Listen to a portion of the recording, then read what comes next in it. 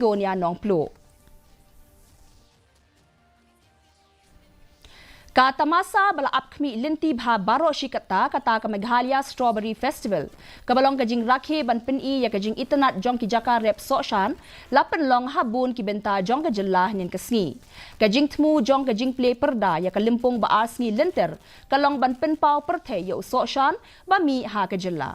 Kane kalong ka khubor. Ya kesinjang menpenlang ya ke Meghalaya Strawberry Festival harus nang Solia Ribhoi District lele ringkat ke jingit trailang bakatanat tourism ke agriculture and farmers welfare bat lepenlang ya ka da ke Opus Production bat ke Meghalaya Grassroots Music Project. U Dr. Vijay Kumar Commissioner bat Secretary katanat tourism ulalong ukongsan harga seni. Kajing semua jang kata ke lempung kalong ban kentia ya kajing peni ya usok shan ya strawberry babang besnyam ban kentia ru iki kam jengok kai ya ke rukong rap bat ya ke kayu peteng jeng kitrai try muluk bat ban penselari kinang rap bakin sedang ya ke kam thong strawberry.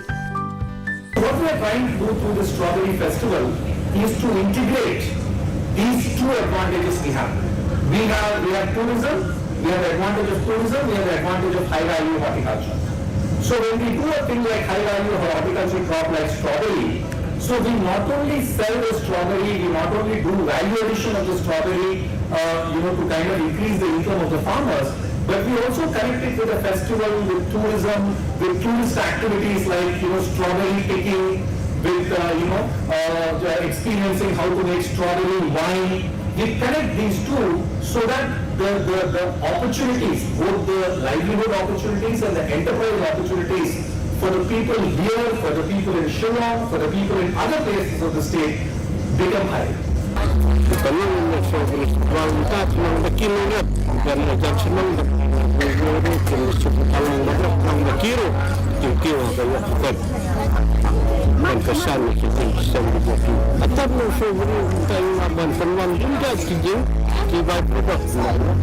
Hagate kata masalah dan sibun kijing penbernya bila keringnya kibriyo bal kentop ya kijing khet ya ki soshan na ki jaka thung soshan kajing mat ya ki wain ka rukom snajam kajingnya cycle ha ki jaka thung so bat lepen longru ya ka lumpung jingnya kren halor kun ya ban snaya ka wain bat kijing bang bapher da ki soshan badondu kajingnya temi pet bat kajing pen-i ya ki riti destroy kinangwan jengok kai ki belawan na bari bat ki ki jela jong kari kila lekni ya kata kata masa bat kila ya rosh kat dai ya kata iga lumpung ba ars ni lentar la penlong hakeleng ki benta jong ka jela bat kita ki lumpung ki long ki bakar pang hala ki jong ki benta. We saw an Instagram post where it said like there are 3 locations in all over Meghalaya, so this is the nearest to Guwahati, so we just came over and yeah, it's very nice here. All the strawberries, we tried strawberries also. Those are much better than the ones we get in the market in Guwahati.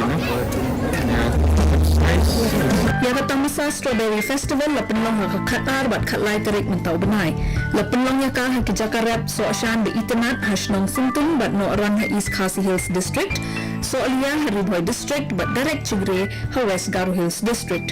Bureau Report, DD News Meghalaya.